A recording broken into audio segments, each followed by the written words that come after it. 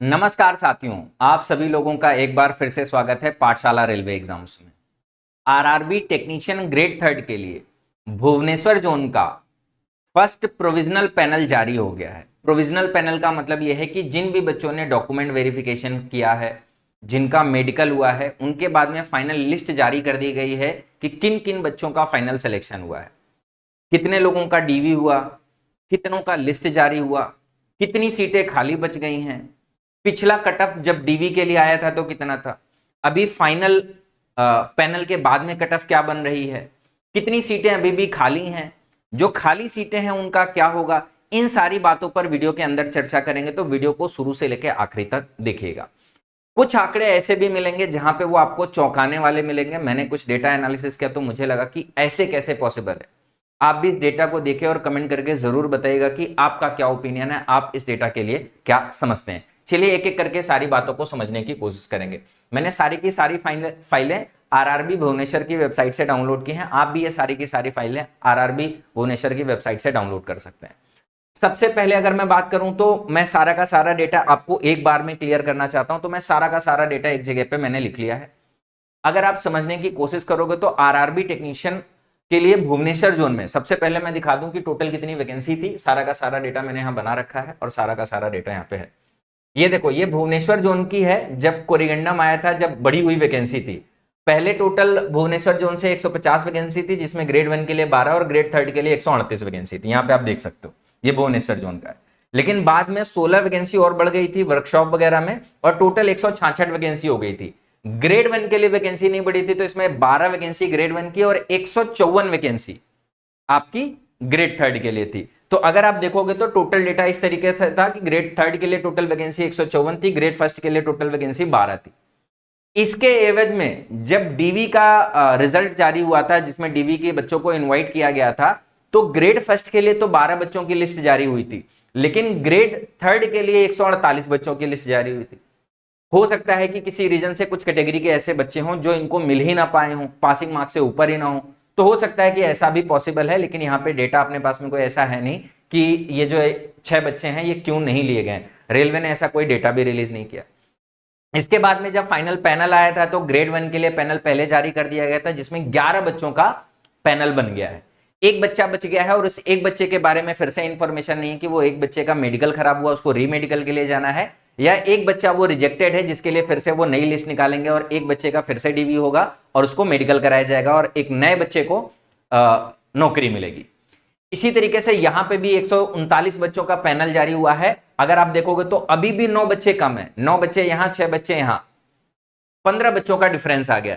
तो जो 15 वैकेंसी हैं, इनको कैसे ये लोग फिल करने वाले हैं, क्या इसके लिए ये लोग सेकंड राउंड का डीवी निकालेंगे कि नहीं निकालेंगे, ये सारी बातें हैं। वैसे तो हमेशा ऐसा होता है कि जब भी पैनल जारी होता है उसके बाद में, जैसे अभी ये ज्वाइनिंग लेटर भेजेंगे, बहुत सारे लोग ज्वाइन नहीं करते, फिर से डीवी निकलता है, फिर से मेडिकल होता है, तो ये प्रोसेस चलता रहता है। लेकिन अभी अभी मालूम चला है कि 148 में 139 लोगों का ही पैनल जारी हुआ है, तो बाकी बचे हुए 9 लोगों का क्या होगा।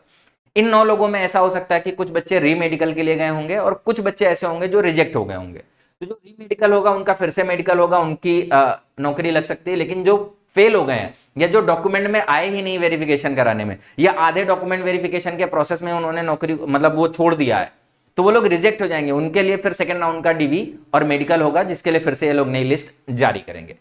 अगर हम लोग बात करें कट ऑफ की, तो कट ऑफ जब रिजल्ट आया था, यह है आपका ग्रेड थर्ड का कट ऑफ। जब इन लोगों ने, मैं आपको बता दूं, 19 मार्च को जब रिजल्ट जारी किया था, तो ग्रेड थर्ड का ये फाइनल कट ऑफ इन लोगों ने दिया था कि इसमें 148 बच्चे हैं। अगर आप देखोगे तो यहाँ पे 148 बच्चों की लिस्ट बनी हुई है, 148 बच्चे लिए गए थे और ये फाइनल कट ऑफ दिया गया था भुवनेश्वर जोन का। इसमें अगर आप ध्यान से देखोगे, यही सबसे ज्यादा बड़ा मुझे लोचा मिला, जो डेटा मेरे पल्ले नहीं पड़ा। इसमें मैंने देखा कि जो 2 कैटेगरी के कट ऑफ हैं उनमें डिफरेंस देखने को मिला। एक में तो मैं लॉजिक लगा पाया, दूसरे में मुझे लॉजिक ही नहीं समझ में आ रहा। आप कमेंट करके बताइएगा कि दूसरे में क्या लॉजिक हो सकता है। जैसे जो पहला मुझे बड़ा चेंज मिला, वो मिला कैटेगरी नंबर 20 में। अगर आप देखोगे तो कैटेगरी नंबर 20 में जो डीवी के लिए कट ऑफ आया था वो 59.98 था। और अगर हम यहीं पर बात करें, अभी जो फाइनल रिजल्ट आया है, ये देखो, ये प्रोविजनल पैनल का कट ऑफ है। यहीं पर जो कैटेगरी नंबर 20 है उसका जो यूआर कैटेगरी का कट ऑफ है वो 64 नंबर है। थोड़ी देर के लिए मेरा सर घूम गया, तो मैंने कहा कैटेगरी नंबर 20 के लिए मैं सारा का सारा डेटा वेरीफाई करता हूं। तो मैंने क्या किया, कैटेगरी नंबर 20 के लिए मैंने टोटल कितनी वैकेंसी है ये देखने की कोशिश की। तो अगर आप ध्यान से देखोगे तो ये है category number 20, technician grade 3 carpenter mechanical, और मैंने देखा कि इसमें टोटल जो वैकेंसी है वो वैकेंसी है 8। फिर मैंने इसका लिस्ट चेक किया कि लिस्ट में कितने सारे बच्चों का नाम है। अगर आप देखोगे तो कैटेगरी नंबर 20 के लिए यह है कैटेगरी नंबर 20, इसमें 7 बच्चों को इन पैनल किया गया, मतलब 7 बच्चों का लिस्ट जारी हुआ है, मतलब एक बच्चा बच गया है। तो हो सकता है कि वो एक बच्चा बच गया है जिसके नंबर 59.98 रहे हों, तो उसके बाद वाला जो बच्चा होगा उसके नंबर रहे होंगे 64.30। हो सकता है कि वो जनरल कैटेगरी का बच्चा हो। तो यहां पे लॉजिक समझ में भी आ रहा है, लेकिन ये अभी एग्जैक्टली मालूम तो है नहीं कि वो डेटा उस बच्चे का क्या है। जब उस बच्चे का डेटा ये लोग रिलीज करेंगे तभी अपने को मालूम चलेगा। एक तरीका है इस डेटा को वेरीफाई करने का कि जो पहले लिस्ट आई है उसमें जितने भी रोल नंबर है और जो अभी लिस्ट आई है उसमें जितने रोल नंबर है वो सारे के सारे रोल नंबर मैच करा ले। लेकिन प्रॉब्लम ये है, इसमें फिर से ये आएगी कि जो पहले लिस्ट था, जैसे ये जो ये वाली लिस्ट है, इसमें कैटेगरी वाइज किस पोस्ट कैटेगरी के लिए कितने बच्चे हैं ये नहीं, ये तो टोटल रोल नंबर वाइज दिया हुआ है। तो फिर से वो आइडेंटिफाई करना मुश्किल हो जाएगा कि कौन सा ऐसा बच्चा है जो वो बाहर है। अगर इसको भी पहले से पोस्ट कैटेगरी के हिसाब से लिस्ट जारी करते तो हमको आइडेंटिफाई करना आसान हो जाता। तो मतलब ये भी हम कर नहीं सकते कि इसमें वो बच्चे को आइडेंटिफाई कर सके कि वो कट ऑफ इतना क्यों गया है, मतलब कट ऑफ बढ़ क्यों गई। दूसरा कट ऑफ का डिफरेंस मुझे मिला कैटेगरी नंबर 4 में। अगर आप देखोगे तो जब डीवी के लिए कट ऑफ जारी किया गया था तो उस समय 75.43 है कैटेगरी नंबर 4 के लिए, और अगर आप देखोगे तो जब ये पैनल जारी हुआ है तो इसमें जो कट ऑफ है वो 75.102 है। ये मुझे समझ में नहीं आ रहा कि जब बच्चों को इनवाइट ही किया गया है, जिन बच्चों को बुलाया गया उनमें कोई बच्चा ऐसा नहीं जो 75.43 के नीचे नंबर वाला हो।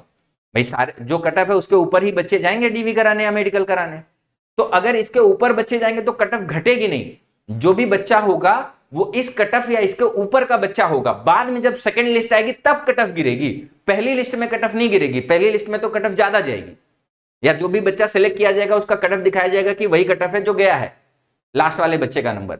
लेकिन यहां पे प्रॉब्लम यह है कि ये बच्चे का जो कट ऑफ लिखा गया है वो 75.102 लिखा गया है। अब ये मेरी समझ के बाहर है कि ये कैसे हो गया है। आप वीडियो के अंदर कमेंट करके जरूर बताइएगा कि आप इसके लिए क्या सोचते हो, रेलवे ने कैसे ये कट ऑफ कम कर दिया है। क्या ऐसा हुआ होगा, रेलवे ने क्या ऐसी गणित लगाई होगी जिसकी वजह से कट ऑफ कम हो गया। भाई कोई ऐसी गणित जो अभी तक इन्होंने नोटिस में जारी नहीं की वही गणित लगाई होगी। नोटिस में जारी की हुई गणित लगाते तो हमको भी समझ में आ जाता। तो आप कमेंट करके जरूर बताइएगा। कई बार इन्हीं सब चीजों को देख के लगता है कि रेलवे में जो लोग डेटा अधूरा देते हैं, आधा देते हैं, वेरीफाई करने का ऑप्शन नहीं देते। जैसे अगर आप देखोगे तो जो रिजल्ट जारी हुआ है इसमें भी इन्होंने रोल नंबर दिया है, नाम दिया है, पापा का नाम दिया है, कैटेगरी नहीं दिया है। अगर ये कैटेगरी देते तो हम लोग वेरीफाई कर पाते ना कि किस कैटेगरी में कितने बच्चे लिए गए हैं, किस कैटेगरी में कितनी वैकेंसी है। भाई जब आप कैटेगरी वाइज वैकेंसी जारी कर सकते हो तो कैटेगरी वाइज लिस्ट भी जारी कर सकते हो।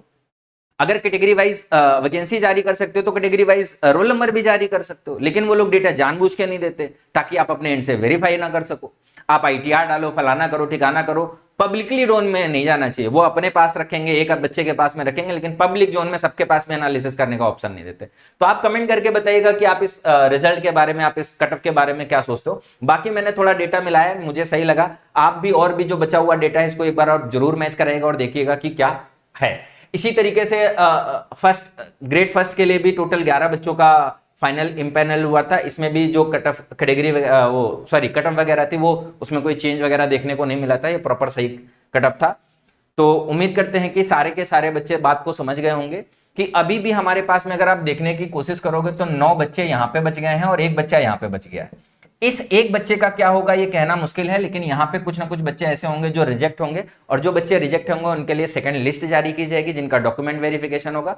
तो जो भी बच्चे इस कट ऑफ के पास में हैं वो आरआरबी की वेबसाइट को हमेशा विजिट करते रहेंगे और हमारे चैनल को भी सब्सक्राइब करके रखेंगे। अगर इस तरीके का कोई भी नोटिफिकेशन आता है जिसमें सेकंड लिस्ट जारी की जाती है तो मैं भी वीडियो जरूर करूंगा ताकि आपको मालूम चल सके कि आपका नाम उसमें है कि नहीं। और जो भी बच्चे इस वीडियो को देख रहे हैं तो उनके साथी अगर भुवनेश्वर जोन से हैं तो उनके साथ में लिस्ट को जरूर साझा करिए। जो भी बच्चे हैं नए वैकेंसी की तैयारी कर रहे हैं वो भी इन कट ऑफ के बारे में बहुत ध्यान से देखें कि भाई क्या फाइनल कट ऑफ गया है, इसके हिसाब से आपकी तैयारी कैसी होनी चाहिए। ये ग्रेड फर्स्ट वाले बच्चों के लिए है और इसी तरीके से ये ग्रेड थर्ड वाले बच्चों के लिए है। आप अपनी कैटेगरी वगैरह मैच करा सकते हो। आप देख सकते हो कि कितना कितना कट ऑफ गया है। 91 नंबर, 88 नंबर, 84 नंबर, 91 नंबर। तो आप उसी हिसाब से समझ सकते हो कि 100 नंबर में अगर इतने नंबर लाने हैं तो किस तरीके की आपकी प्रिपरेशन होनी चाहिए। आप सोचो फाइनल सिलेक्शन के लिए कट ऑफ अगर 91 नंबर जा रहा है और आप पढ़ाई 70 नंबर को लेकर टारगेट कर रहे हो तो आपका सिलेक्शन होगा नहीं, बाहर हो जाएगा।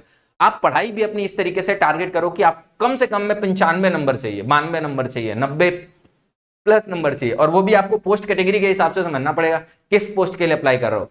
अगर 10+2 पीसीएम से हो तो और ज्यादा खतरनाक हो गया, तो और ज्यादा आपको संभल के रखना पड़ेगा। 10+2 पीसीएम के अगर इसमें कट ऑफ देखोगे तो बहुत ज्यादा हाई होगी। ठीक है, तो इस वीडियो में इतना ही। अगर अन्य कोई नोटिफिकेशन आता है, किसी अन्य जोन का भी पैनल आता है, तो मैं उसके लिए भी वीडियो करके क्या वैकेंसी थी, कितने पैनल हुए, कितने का डीवी हुआ, क्या चेंज है, कितनी वैकेंसी बच गई है, क्या कट ऑफ चेंज है, कट ऑफ में कोई अगर चेंज है तो वो क्या है, उन सारे के सारे बातों पे भी हम लोग चर्चा करेंगे। तो चलिए मिलते हैं नेक्स्ट वीडियो में, तब तक के लिए बाय बाय, टेक केयर, जय हिंद।